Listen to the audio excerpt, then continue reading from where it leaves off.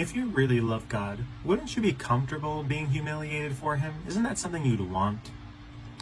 That was a question that was actually posed to a Christian friend of mine by a Muslim.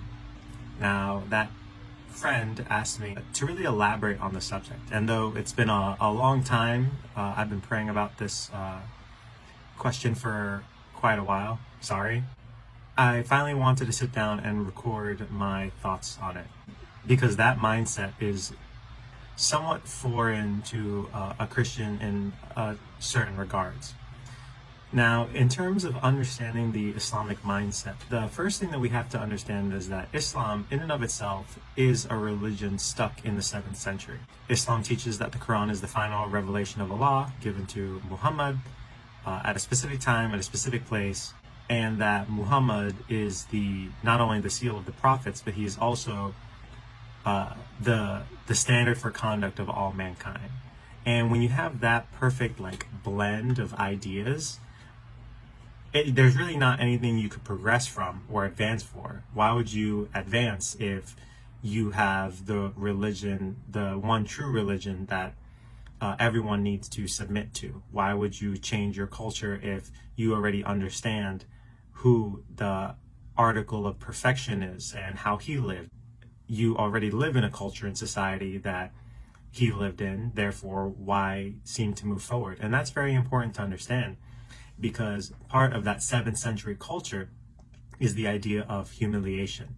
Now, humiliation is a way in which you show submission or subjugation.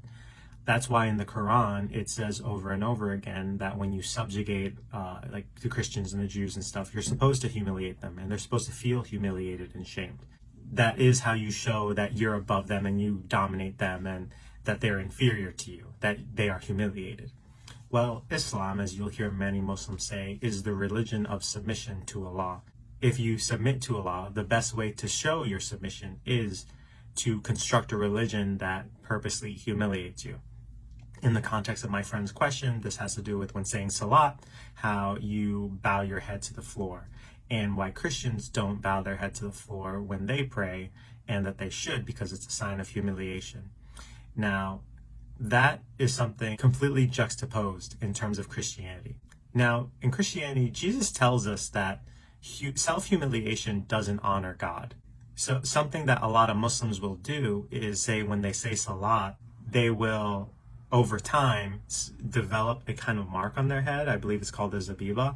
And the idea is, oh, that person's so pious. He's so into humiliating himself that he has this permanent mark on his head. Oh, he's so great. Or say during Ramadan, you're not supposed to drink water or eat from sunrise to sunset. Some Muslims will actually spit out their saliva just to make sure that they have nothing going down their throat. And many Muslims will be like, oh, that person's so pious, he's so righteous, the way he's willing to be humiliated in that sense. And Jesus actually tells us the opposite, how when people go out and kind of humiliate themselves in public, they have their reward, that they're really doing that for attention. And in Islam, that is a way to get attention, to overly humiliate yourself, to demonstrate yourself as being overly pious. That is essentially a way in which you can gain some form of status, or to show how you're more of a devout Muslim than others. And again, Jesus says, for those who go out in the streets and pray out loud, they have their reward, but you go and pray in your closet where your Father who is unseen will see you. Or when you fast, keep it to yourself in a sense. Don't make it known, not because it's a sin to let people know you're fasting, but in the sense that you shouldn't be fasting to seek attention. And, you should keep that to yourself, because that's how God sees you, as opposed to being seen by others, which is highly seen in Islamic social groups and social settings. As a Christian, we are not taught to humiliate ourselves. We are taught to be humble.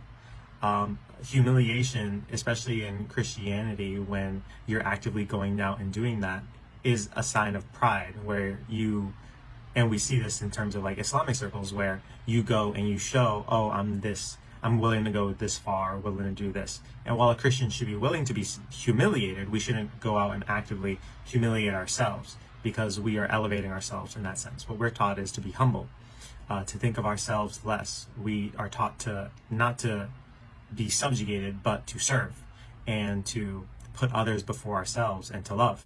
that is not something that is necessarily reflected in terms of the dynamic between Allah and Muslims that we have with ourselves and God. It's not about us humiliating ourselves to demonstrate our subjugation. It's more us serving him and doing and serving others to show our love for him and our love for others that reflects his love for us. And it's very important to know why Muslims are willing to go that far, because Islam in and of itself is a religion of works, where it demands this sort of behavior, that this is how you show Allah how much you love him, how far you're willing to go, because you're suffering and you're going and doing all these things. Whereas in Christianity, we're saved by faith. We're saved not the one who we're humiliated for, but by the one who is willing to be humiliated for us.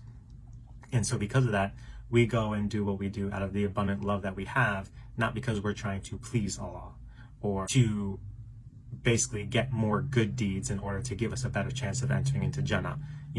It's a very different dynamic where we serve because we are saved. Muslims humiliate themselves because they want to know that they're saved and they want to know that they've done enough. And the truth is that they'll never know. And part of that dynamic is that Islam teaches that Muslims are, slaves of Allah, where Christianity teaches that we're sons of God, that we are adopted, that we are chosen, that we are loved, that we are accepted, and that God went out of his way to come to earth to be the perfect sacrifice in order that we may be able to enter into his presence. Whereas Allah demands that you perform and follow all these rules in order to earn his love. Whereas, again, God first showed that he loved us, and that's why he did what he did. And that's why we do what we do. So I pray that gives a little bit more context as to the emphasis of humiliation.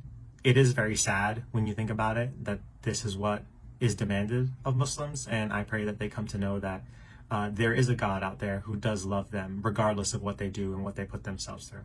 And that he sent his son to die on the cross for them, that should they believe in him, they will have everlasting life. Let all that you do be done from Christ to Christ, and God bless you.